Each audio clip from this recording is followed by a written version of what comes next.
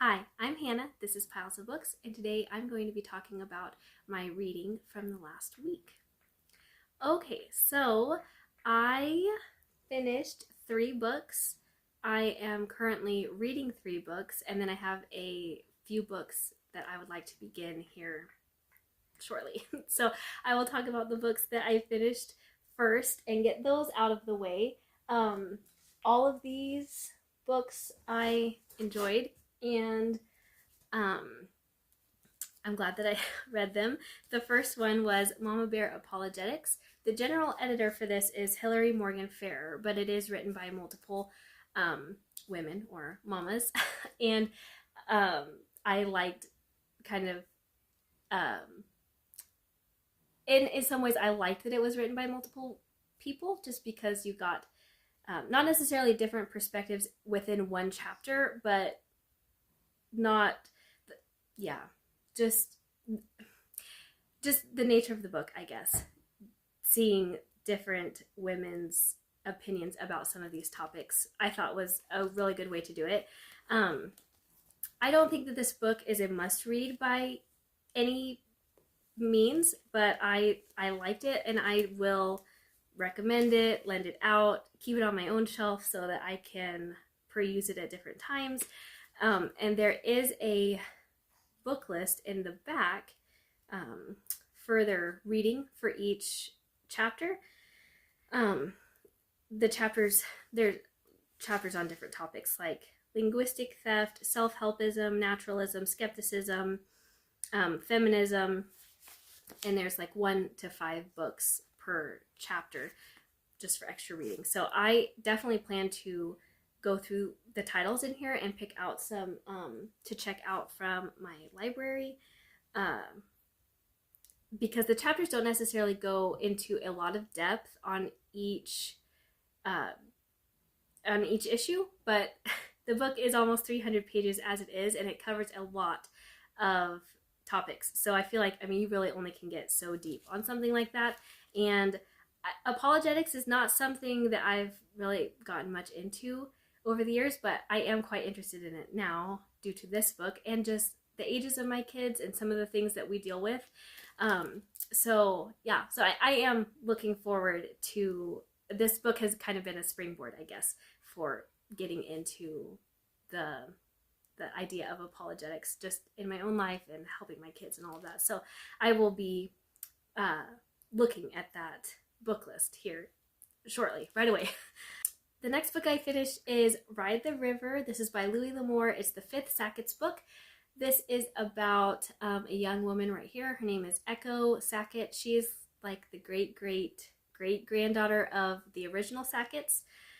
There's about 150 years between the previous Sackett book and this one. And one of those original Sacketts, I believe his line dies out, and so his the inheritance goes to somebody else, and it just happens to be Echo. So Echo is from a very poor family, and she knows that this inheritance will mean a lot to her mother. So she leaves their mountain home in Tennessee on her own. She goes, I think it's Philadelphia, she goes to retrieve the money. And of course, along the way, the wrong people find out about it, and she's chased by robbers on the way home, and there's a love interest. This book did not feel super fleshed out to me, but I also, it did feel like it was kind of just bridging a gap. So I don't know if in the next book, if some of the, we'll find out the rest of the story, or if it will just kind of, it could just be a sort of a standalone type book. However, it's not really a standalone book, because if you just picked this book up and had not read any of the other Sackett's books, you would be completely lost.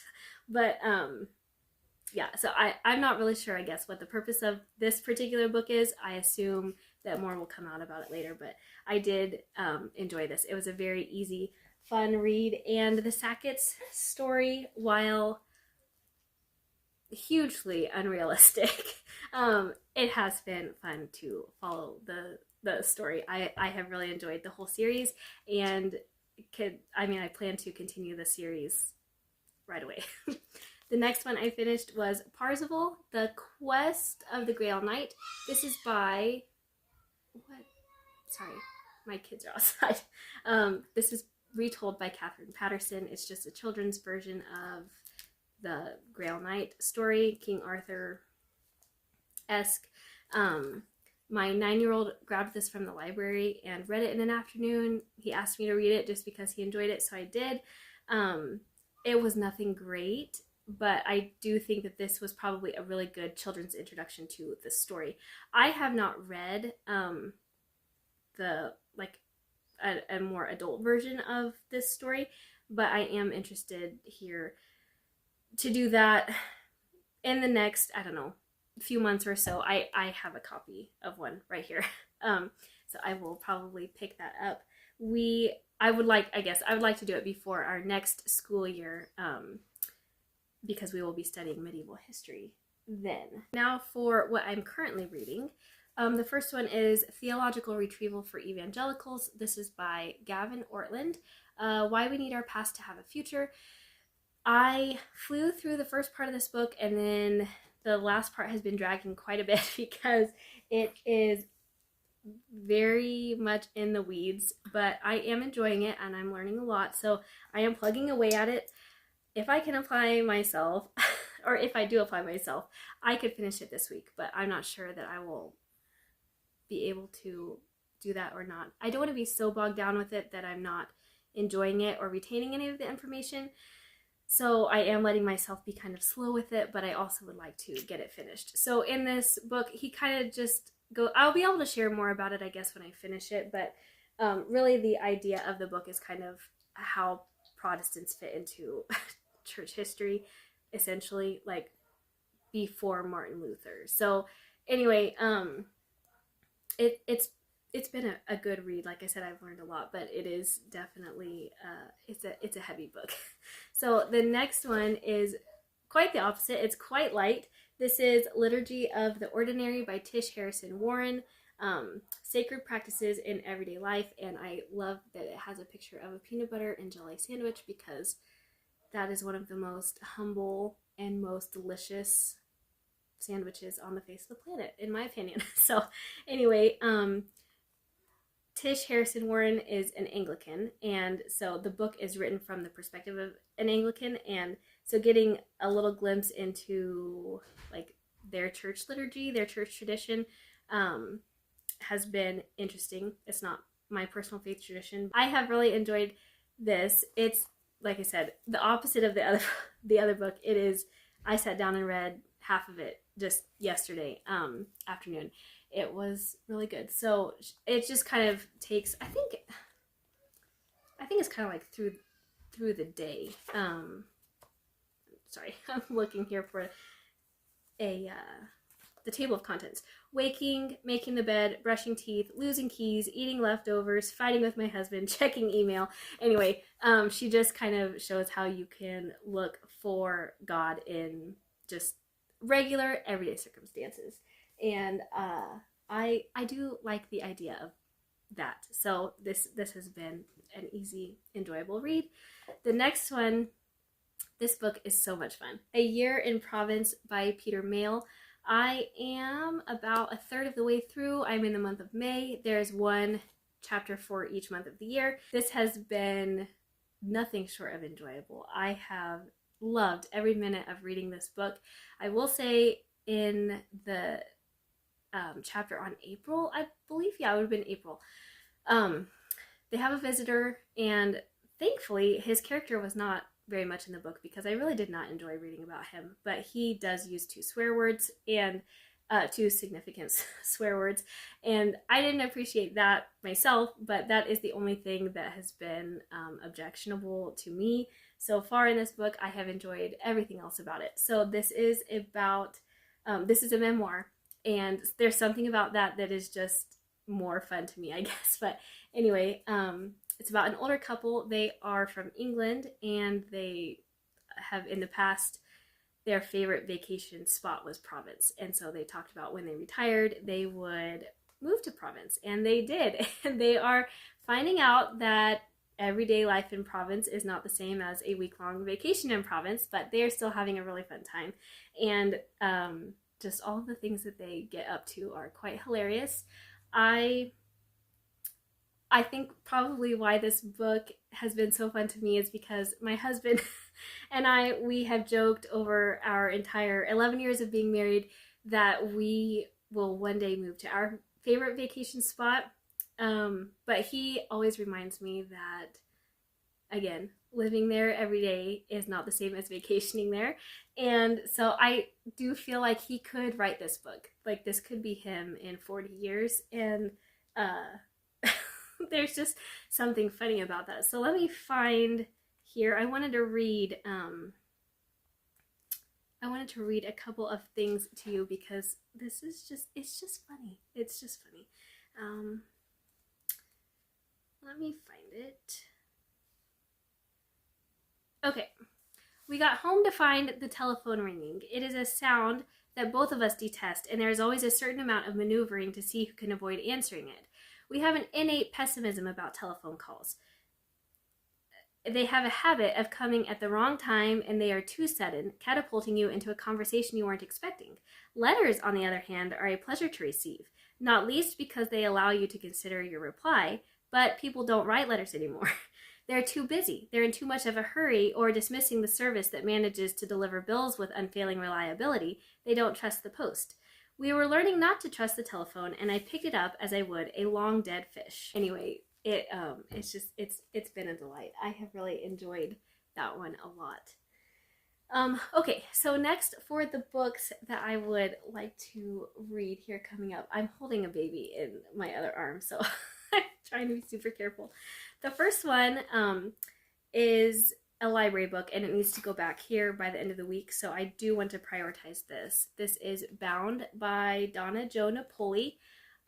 This says, if the shoe fits. If you want me to act properly, I must do it fast, said stepmother. Remember the old saying, the eagle swoops down when the hare stirs. You are not the first girl in China to lose a toe on a bound foot. Even without raccoon devils, it happens. And smart girls look at it as an opportunity. Let's be smart, Wei Ping. Now your feet will be much smaller than we dared to hope. So this is, I believe this is a kind of Cinderella-esque story about girls in ancient China having their feet bound. I originally got this to read out loud to my kids. I had just seen it online. When it came, I realized that it is young adult. It's not like a middle grade book. So I'm just going to read this myself and kind of have it just be able to know for the next time we do ancient history in a few years. That is something, if I like it, then it's something that my kids could read then.